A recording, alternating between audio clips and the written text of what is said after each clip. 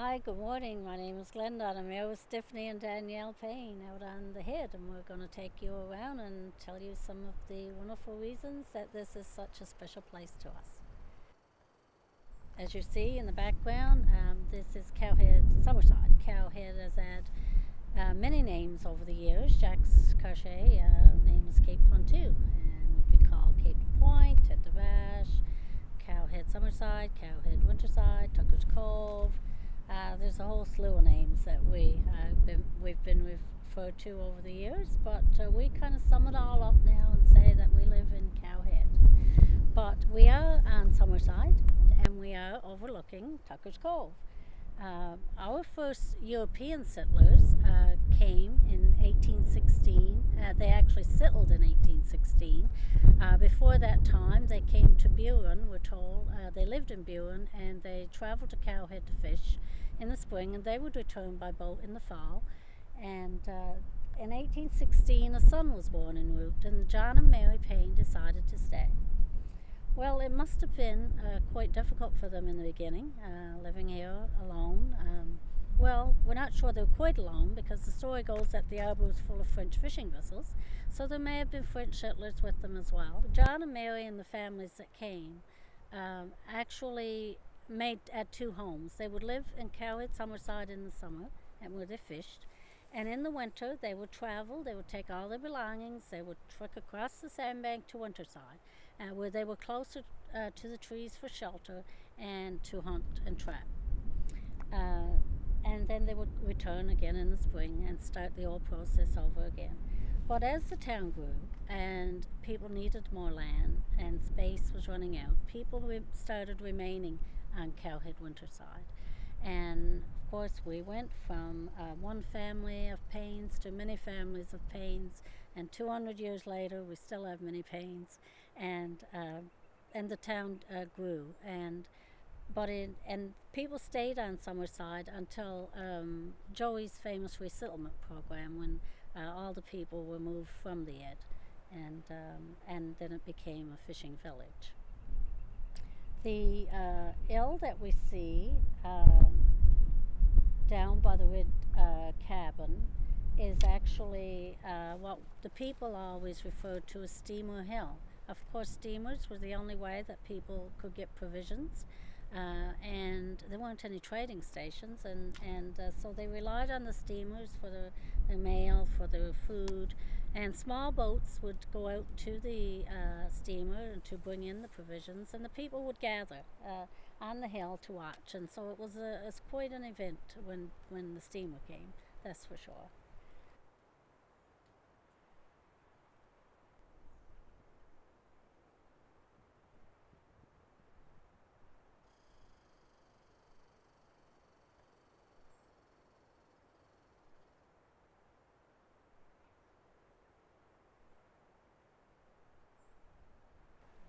It was the rich fishing grounds that brought the people to Cowhead and our close proximity to the shipping and trading lanes. At one point, there were 20 lobster factories in Cowhead from the early 1900s, late 1800s till 1920. 20 lobster factories, and they employed many people. The lobsters were shipped off to Canada and the United States. Nova Scotia, I do believe, was part of Canada at that point that they were shipped to. Um, and my great aunt tells me that they had a very important job of cleaning. They would take sand and shine the tops of the cans, and each fisherman would have his own lobster stamp. And so they would stamp the cans. And we actually have some at the museum. They'd have their own number that was provided by the government. And lobster shells would be stacked in the beach, like you would see hay piled in a garden. And and the lobster bodies would be thrown into a huge barrel on the beach. And so it was quite a treat for the children because recess time they'd go down from the school and they'd eat lobster bodies, which was a very good treat at the time. And because there wasn't always lots of food at home. Yeah, they enjoyed the lobster bodies for sure. And of course, we know that at one point lobster was used for fertilizer. It was it's not considered to be the delicacy that it is today.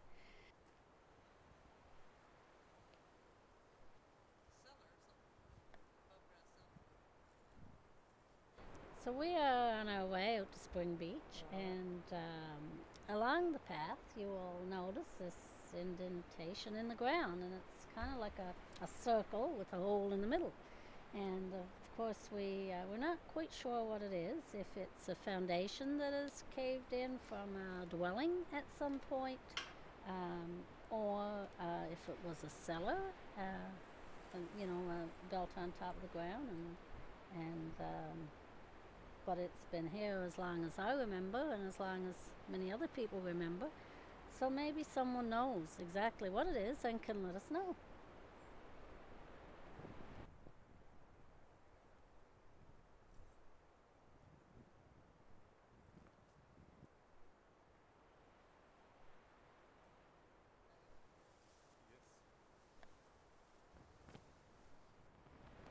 Ta-da!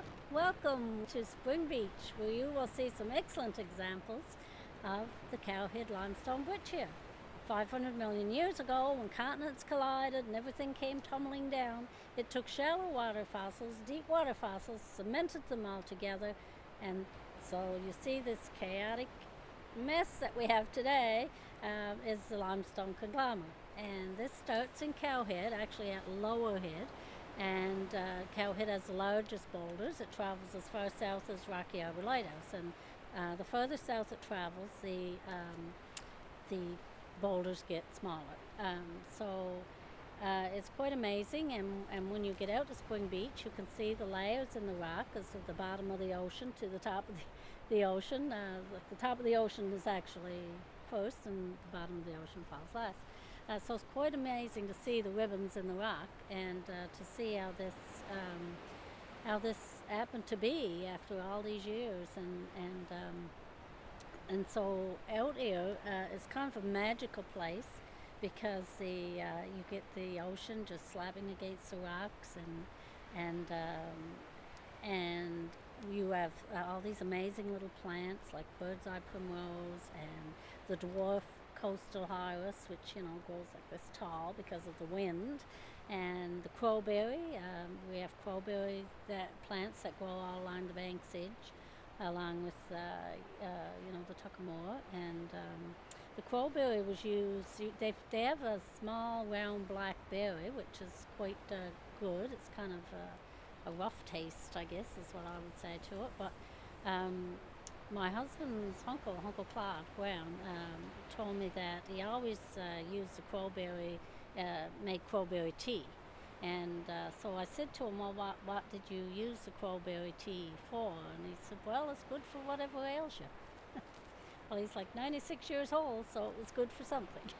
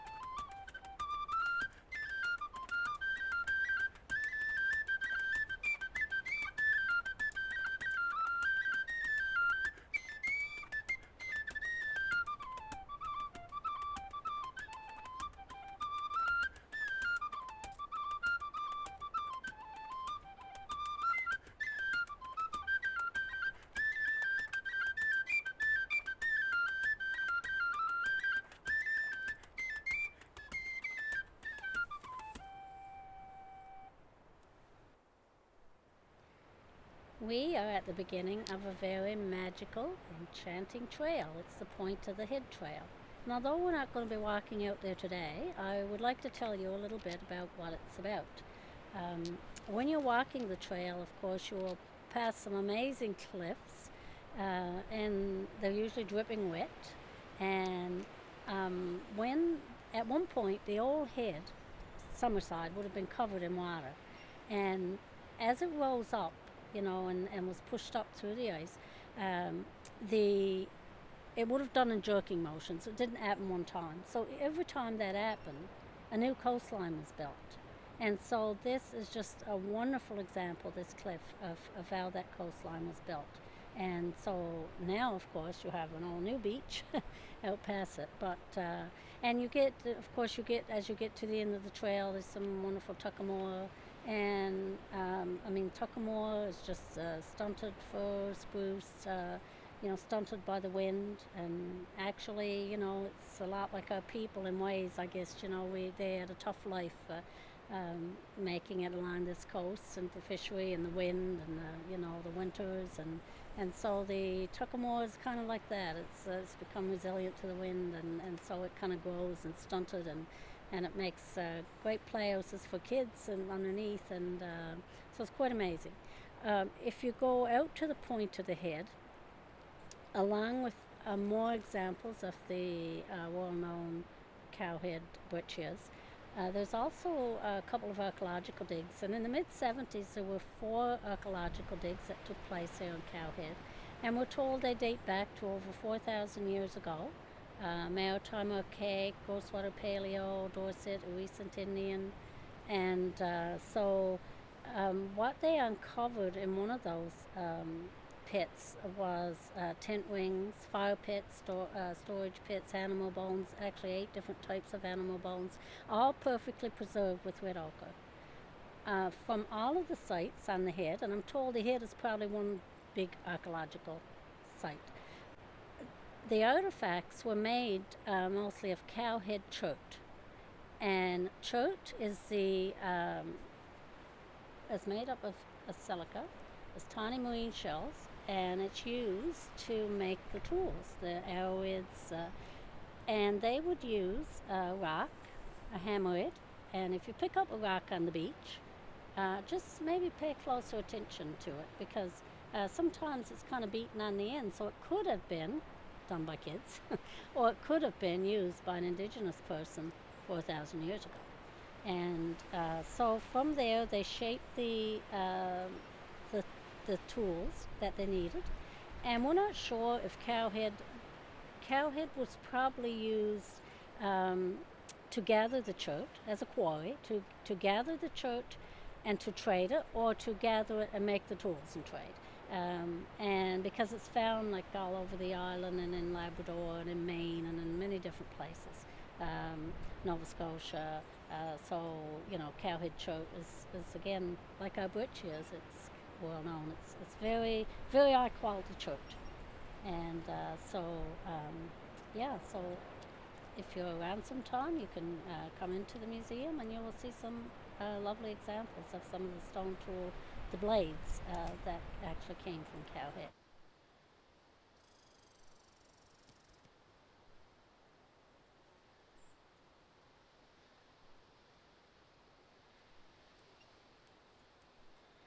As Jack was a-walking down London's fair street, a beautiful damsel he chanced for to meet, and this she was saying all as he passed by, if you want to buy liquor, come by Bungaree, oh fall-da-dal laddie, fall-da-dal there all day. To purchase the basket was Jack's next intent, to have a spree on it he was fully bent. 20 bright shillings he paid there and then, he took up the basket and staggered along, fall-da-dal laddie, fall-da-dal there all day. Well, he staggered along till he came to his ship. Get up, brother shipmates, and let's have a drink. Get up, brother shipmates, and drink when you're dry, the best of good liquor they call Bungaree, oh fall-da-dal laddie, fall-da-dal there all day. To open the basket was Jack's next intent, to have a spree on it he was fully bent. When he opened the basket he heard a loud cry, wrapped up in the blanket was young Bungaree, oh fall-da-dal laddie, fall-da-dal there all day. Jack's shipmates they laughed, Jack cursed and he swore, I never saw the babe nor its mother before. But since I'm the daddy, sure I'll have to try for to make a man out of young Bungaree, oh fall-da-dal laddie, fall-da-dal there all day. To get the child christened was Jack's next intent, and away to the parson he instantly went. And now, says the parsons, we'll christen your boy. What is his name? Says Jack, Bungaree, fall-da-dal laddie, fall-da-dal there all day. Begar, said the parson, now that's a queer name. Begar, now says Jack, it's a queer way he came. As I was out walking my sea stock to buy, got tricked in the liquor and bought bungaree. Oh, fall it all, laddie, fall it all there all day.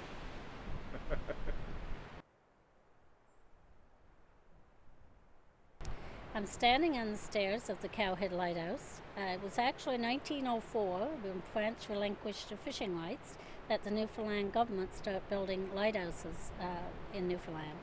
And this one was built in 1909 in the hollow of a promontory. Of course, all the trees you see around us weren't here then. The old it was just barren rock. And so the lighthouse opened when the pack ice went off in the spring, and usually it stayed lit until December. It was lit by a large Aladdin style lamp with a double wick, I'm told. There was a base big enough to hold enough kerosene to keep the light lit all night. So the light keeper would have to stay awake all night to make sure that it didn't go out. So he would be awake polishing the lens and just keeping a check on the light. And the gallons of kerosene, I'm told, would be brought up the hill either by handbar or by horse and cart. So, if you truck up this hill and you can just visualize there not being any stairs there, and it was quite muddy, that must have been quite a trick to get those drums of kerosene up the hill. Jesse Payne was the first lightkeeper, and Jesse, I'm told, was at a wooden leg, so sometimes they called him a peg leg. But Jesse, it must have been quite an arduous task for Jesse because, with a wooden leg, trying to get, what he needed up to the lighthouse. But his son, Lighthouse Jack, became, as we knew him, became lightkeeper when Jesse passed. And now the wages were quite good, I'm told, that for at that time about roughly about $500 a year. So he would have been considered well-to-do. And there's a story I was told about how the light keeper's wife could now buy white flour. But she actually didn't like white flour, so she would buy the white flour and trade it with her sister, who liked white flour, for brown flours. So just a little story about the wives there, because of course they played a very important role as well. Now, Lighthouse Jack, there was a little lightkeeper's house just down over the hill, and there were a couple of Georgina's and Jack's children were actually born there. And so around 1930, the light was lit by propane, and the wages of the lightkeeper were reduced drastically to about $12 a month, and so he moved down into the fishing village with his family and became a fisherman as well. And his son, and as Lighthouse Jack became older, his son Jesse became lightkeeper, and he was the last lightkeeper. And it was in 1979 when the Coast Guard gave up using the Cowhead light, and harbour buoys were used in the harbour instead.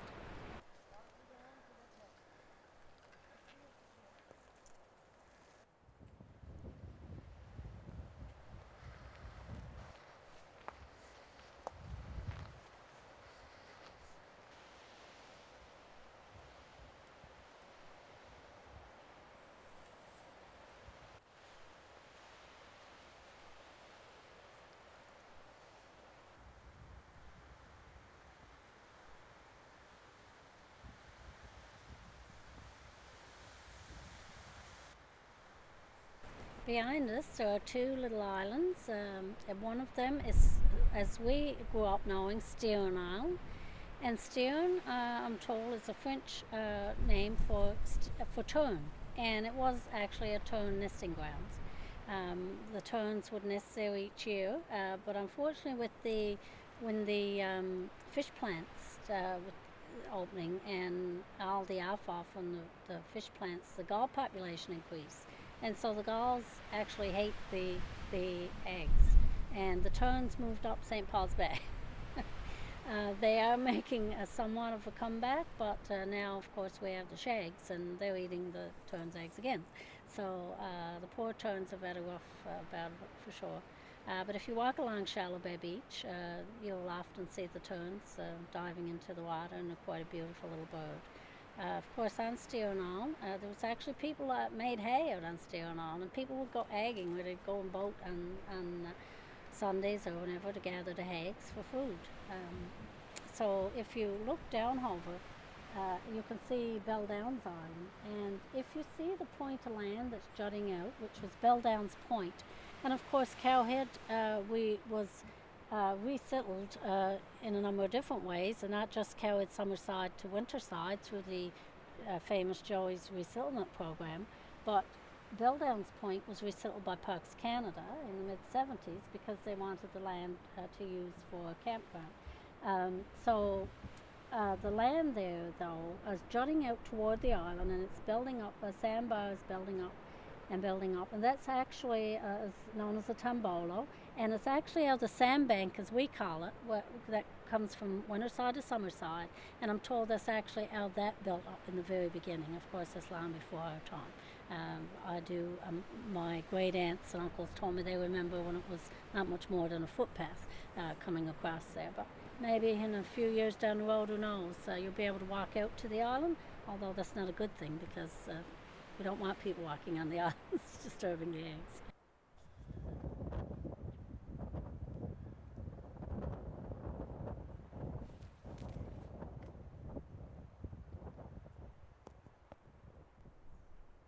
Way down in that beautiful field, there was a beautiful tree. Tree in the field, way down in that beautiful field. What was on to that tree? There was a beautiful limb. Limb on the tree and tree in the field, way down in that beautiful field. What was on to that limb?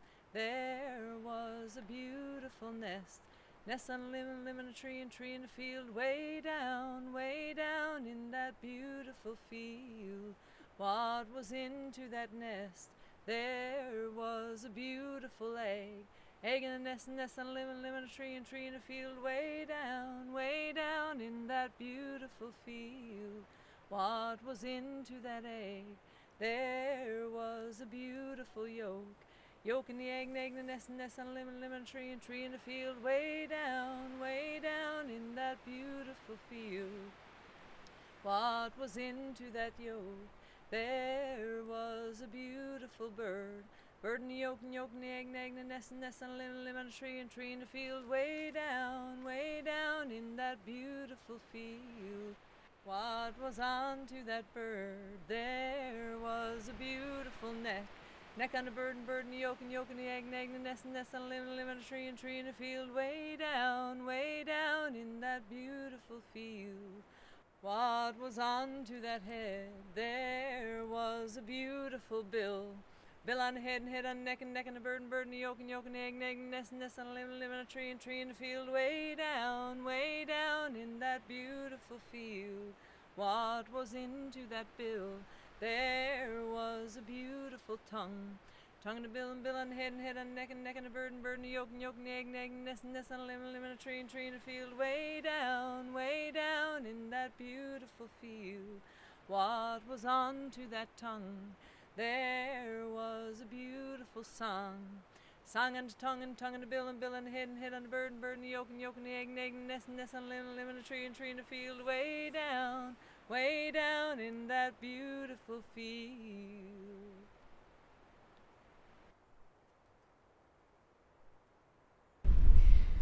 Well, we're just about at the end of our walk today, and I'd like to thank you.